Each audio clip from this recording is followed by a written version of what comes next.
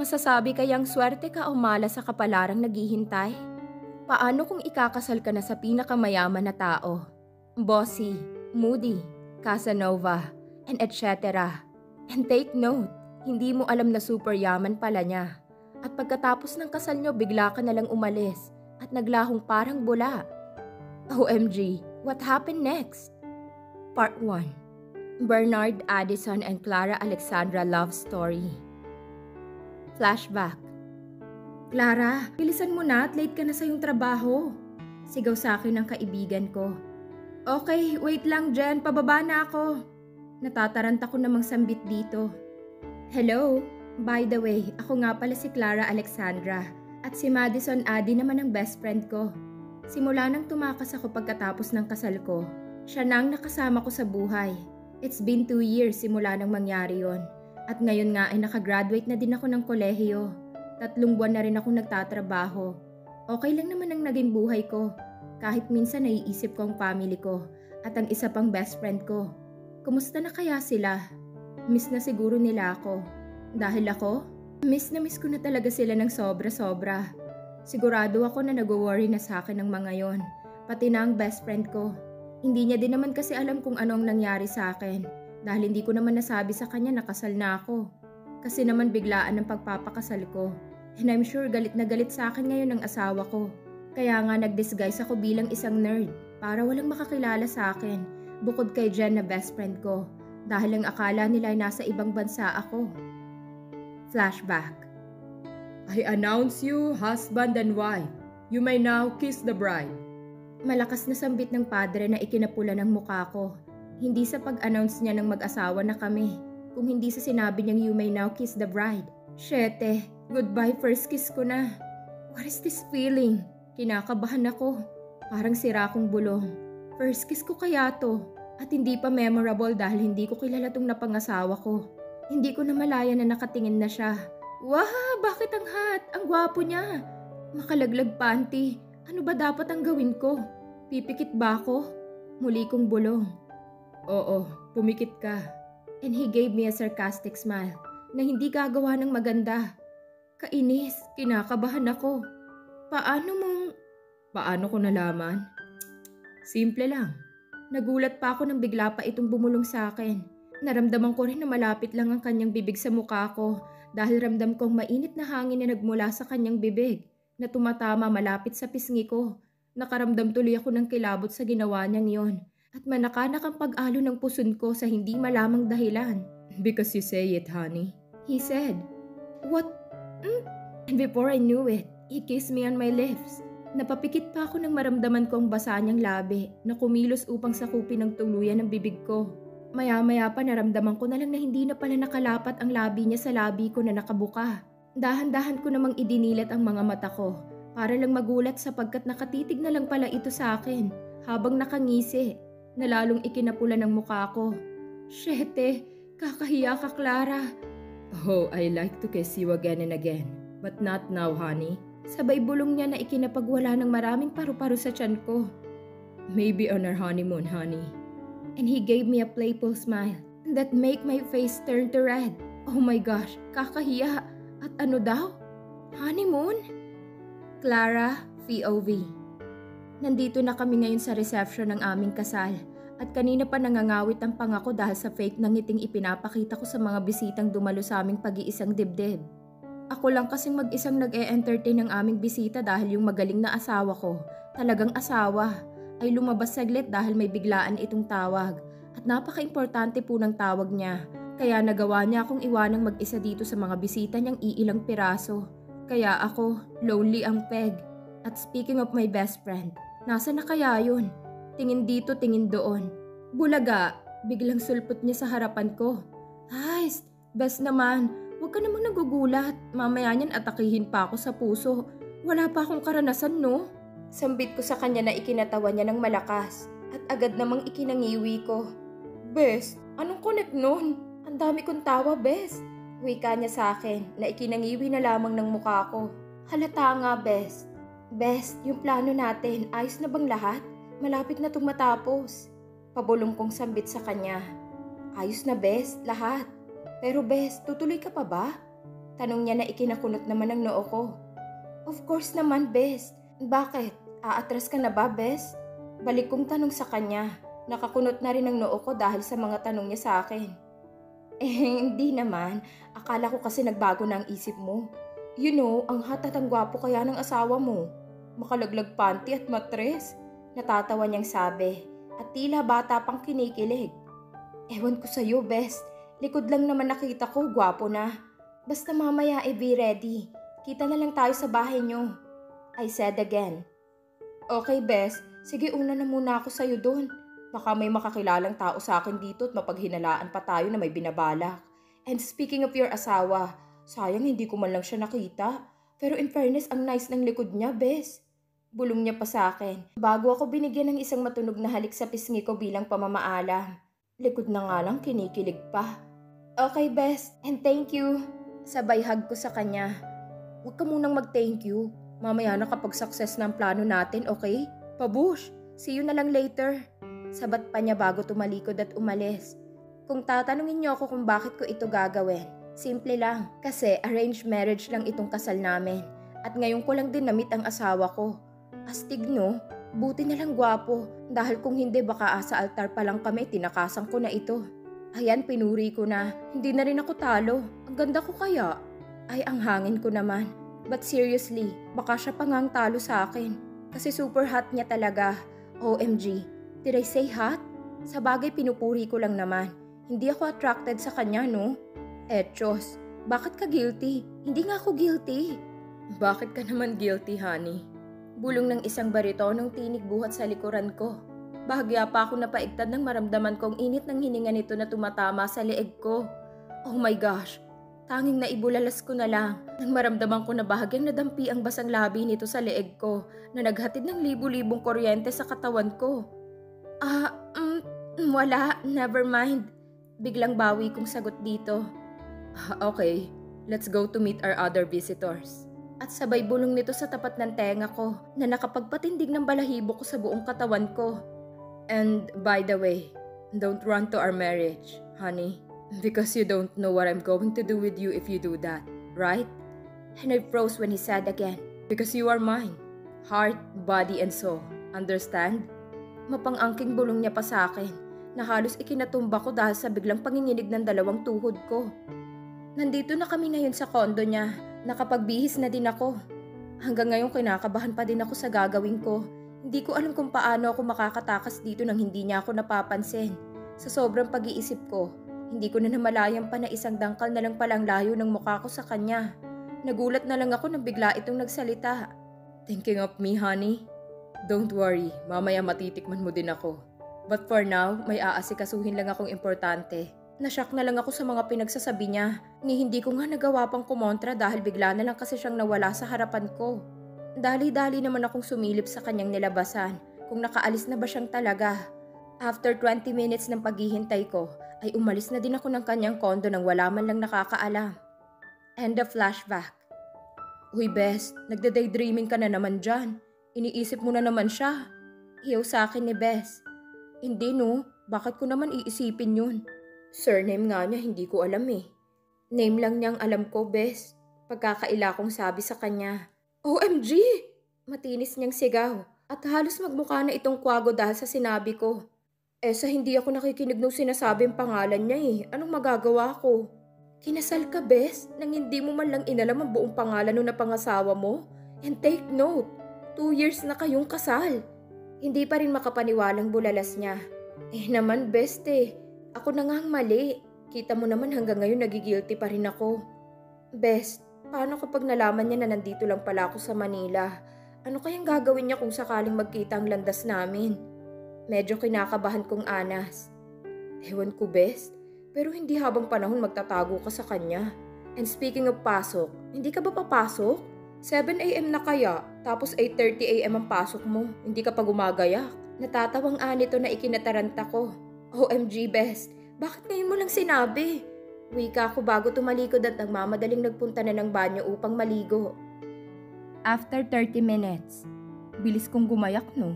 Time to check. May nerdy get up. Mahabang palda. Check. Close neck na damit. Check. Salamin sa mata. Check. makapal na kilay. Check. And for the last, brace ang ngipin. Check. OMG, parang hindi na ako. Super pangit ko na. Time to check. 8 o'clock a.m. Sa tamang-tama lang ang oras, wag lamang sanang traffic. Bes, alis na ako. Buliyaw ko kay Bes nang hindi ko ito makita. Hatid na kita, Bes. Sakay ka na sa kotse. May meeting din kasi akong pupuntahan malapit sa Addison Building na pinagtatrabahuhan mo. Aniya na ikinatuwa naman ang puso ko. Okay, Bes. Thanks. Sagad ang ngiting wika ko dito. Thanks sa paghatid, Bes. Ingat ka sa pupuntahan mo. Masasalamat ko kay Bes nang makarating na kami sa tapat ng pinagtatrabahuhan ko. Okay, Bes. Ikaw din ingat. Mwah! Paalam din niya sa akin bago umalis. Nandito ako ngayon sa trabaho ko at naririnig ko na naman ang tsismisa ng mga kasamahan ko. As usual, ako na naman ang topic ng usapan nila. Ang pangit ko daw. Ba't daw natanggap ako dito sa trabaho ko? Ay, hindi na mga nagbago. Pasensya ka na, Clara, sa mga kasamahan natin, ha? Mga inggit lang ang mga yan kasi ikaw ang naging sekretary ng Big Boss at hindi sila. Wika naman sa akin ng isang katrabaho ko. Thanks, Beth. Ano nga pala yung naririnig kong usapan bukod sa akin na dadating daw bukas yung bagong presidente ng kumpanya? True ba yun? Wika ko rito. Nakakurious kasi ako dahil ako ang magiging sekretarya ng Big Boss kapag dumating na ito. Oo. Hindi naman pinalitan si Sir eh. Siya na talagang CEO nitong kumpanya. Ang pagkakaiba nga lang ngayon, siya ng personal na mamamahala nitong kumpanya. Kaya bukas mag-ready ka na kasi dadating na yung Big Boss natin. Ingat ka na lang sa kanya kasi may pagkamasungit si Sir. Pero bata pa yun at super gwapo. Natatawa ito. Crush ko nga si Sir eh. Wika pa niya. Bigla naman akong kinabahan sa sinabi niya. Ay, kinakabahan tuloy ako. Ilang taon na nga pala si Sir at anong buong pangalan niya? I asked. Renz Bernard Addison. Pero karamihan dito ang tawag sa kanya ay Sir BL. Masyado kasing mahaba kapag yung true name niya ang gagamitin namin. 26 years old pa lang si Sir. Pero super successful na siya sa buhay. Sayang nga, taken na. Siya ulit. Bakit? May girlfriend na ba bet si Sir? Patuloy kong pagtatanong dito. Nope, wala siyang GF pero may asawa na siya. 2 years nang kasal si Sir. Kaso hanggang ngayon hindi pa nagpupunta dito ang asawa niya. Kaya hindi pa namin nakikita. Ganun ba? Swerte naman ang asawa ni Sir. Naka-jackpot siya. Uy, sige Bet. Thanks sa paalala. Dapat bukas hindi ako malate. Wika ko pa bago tumalikod na at nag-umpisa ng lumakad papunta sa cubicle ko, katabi ng opisina ng aming Big Boss. Samantala. Oh, anong balita? Nahanap mo na ba bro yung hinahanap mo? Yup, she work now in my own company. What? Are you serious? Sa tinagal-tagal mong paghahanap nasa malapit lang pala siya? Paano nangyari na hindi nakita agad ng detective kung nasaan siya? Yes, I'm serious. And to answer your question, she hid her identity to a nerd one. Kaya lang siya nakilala agad nung nakita ang profile niya. Anong plano mo ngayon na nahanap mo na ang asawa mo? Anong gagawin ko? Simple lang. Pagbabayaran niya ang pag-iwan niya sa akin. Make her suffer. Yung hinding-hindi niya ako makakalimutan. And this time, hindi ko na siya pakakawalan pa. Because she's mine. Pag-aari ko na siya. Humanda ka na, honey. It's payback time. Sabay pakita ng isang devil smile na tila gagawa ng hindi maganda. Wow, yan. Bukas na yung magkikita sila. Wow, ano kaya ang mangyayari? Thanks sa nagbabasa nito. Thanks talaga. Oh my gosh. Bes, late na ako. Ngayon pa naman dadating yung Big Boss namin. Patay ako nito. Wow! Kinakabahan na sambit ko sa best friend ko. Akala ko kasi nakagayak ka na, Bes. Kaya hindi na kita pinuntahan sa kwarto mo. Sorry naman. Halika na, ihatid na kita. Pambawi ko sa'yo. Total naman wala akong pupuntahan ngayon. Guilty niyang wika na ikinatuwa ko naman dahil late na talaga kasi ako. Okay, Bes. Bes ko, thanks ng marami.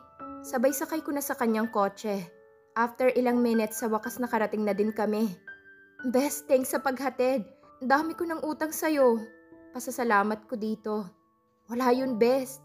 Aniya na ikinataba ng puso ko. Okay, love you, Bes. Wika ko bago tumalikod. 7, 30 minutes na akong late. Lakad takbo ang ginawa ko kasi late na talaga ako. At pag minamalas nga naman, Puno na ang elevator, kaya hindi na ako nakasakay pa. Maghihintay ulit ako dito. Kapag naghagda naman ako, baka hindi na ako abutin pa ng bukas sa super taas ng lalakarin ko. Hello, 20th floor kaya yun? Tumunog na ang elevator. Ay, sa wakas, nakasakay din. Halos 1 hour din akong late. Baka tanggalin na ako sa trabaho ko na to. Huwag naman sana. Pagbukas ng elevator, dali-dali na akong tumakbo. Sa wakas, nakarating din. Uy, Clara, bakit ngayon ka lang? Kaninang-kanina ka pa hinahanap ni Sir. Pabalik-balik pa nga dito sa cubicle namin at tinatanong kung bakit nawala ka pa. Sambit ni Beth sa akin nang ako'y kanyang mamataan. Sorry, late ako eh. Tinanghali ako ng gising. Hinihingal ko pang wika dito. O siya, sige, punta ka na doon sa office ni Sir. Sa kanya ka na lang magpaliwanag. Good luck na lang sa'yo. Anito na nakapagpabilis ng tibok ng puso ko dahil sa kaba. Bakit, Pet? Galit ba si Sir? Muling tanong ko rito. Oo, super. Kaya humayo ka na dyan. Baka lamunin ka na ng buhay noon. Tumatawa pang sambit niya na ikinangiwi ko. Okay, thanks sa babala, Bet. Hindi nakakatakot ang babala mo. Sarcastic kong sabi sa kanya, sabay irap. Sorry, pinapaalalahanan lang naman kita. Rinig ko pang sabi ni Beth sa akin. Ay, eto na. Kainis, kinakabahan ako. Inhale, exhale. Mukha lang akong tanga dito sa pinto ng opisina ni Sir. Absent na lang kaya ako. Pero hindi pwede, baka lalo lang magalit si Sir. Baka sabihin first time niya absent pa ako. Kumatok na nga ako. Eto na. 1, 2, 3. Come in. Rinig kong salita ng big boss ko sa loob. Dinagsa agad ako ng kaba pagkapasok ko pa lang sa loob ng kanyang opisina. Nakita ko naman ito na nakatalikod sa gawi ko, kaya tanging likuran pa lang niyang nakikita ko. Good morning po, sir. Sorry po, I'm late. Kinakabahan kong sabi kay sir. Araw-araw mo bang ginagawa ang pagiging late, Miss Alexandra? Boss niyang sabi sa akin, ipinagdiinan pa talaga ang surname ko. Problema nito. Hindi po sir, ngayon lang po ako na late. Sabi ko ulit kay sir. Ganun ba? Sarcastic niyang sabi sa akin, sabay dahan-dahan niyang pinaikot yung upuan niya paharap sa gawi ko. Tila nag-slow motion naman ang paligid ko nang makita ko ito. Parang gusto ko nalang lumubog sa kinatatayuan ko. What? Hindi ito pwedeng mangyari. Sana panaginip na lang ito. Gusto kong gumalaw at umalis sa opisina niya, pero na-stuck na ata ang paa ko sa semento.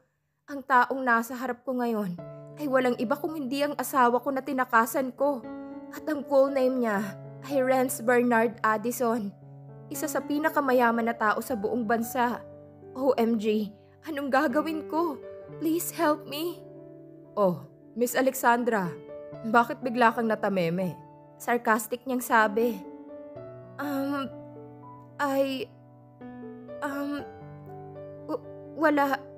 Wala po sir.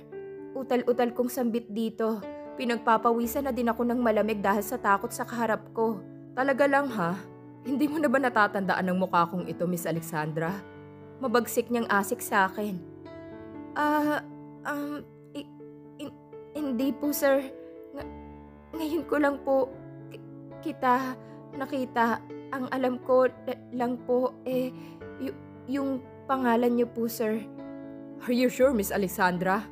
Sabay tingin niya ng masama sa akin na ikinataas ng buong balahibo sa katawan ko. Opo, sir. Sige po, lalabas na po ako. Aktong tatalikod na ako nang bigla ulit siyang magsalita. Sabay tayo sa kanyang inuupuan. So, you are avoiding me now, Miss Alexandra. Or shall I say are you escaping again to me? Pabitin at sarkastiko pa niyang wika. Wife, madiin niyang sabi na halos ikawala ng kulay ng buong mukha ko dahil sa pinaghalo-halong emosyon na bumabalot ngayon sa buong pagkatao ko. Wife? Pautal kong sabi. Yes, honey, wife. Madiin niya pang sabi. Baka naman nagka-amnesia ka na, honey. Sa sobrang guilty mo. Yan tuloy hindi mo na ako matandaan. Gusto mo bang ipatanda ko pa sa'yo, honey? Ang lahat? Sabay lakad palapit niya sa akin, habang ako naman ay atras ng atras hanggang sa na-corner na niya ako sa pader. Habang ang dalawang kamay naman niya ay nasa gilid ko na kaya parang nakayakap na siya sa akin. Sir, Hindi ko po alam, sinasabi nyo. Natatakot kong sabi, sabay tulak ko sa kanya. Pero hindi man lang siya natinag.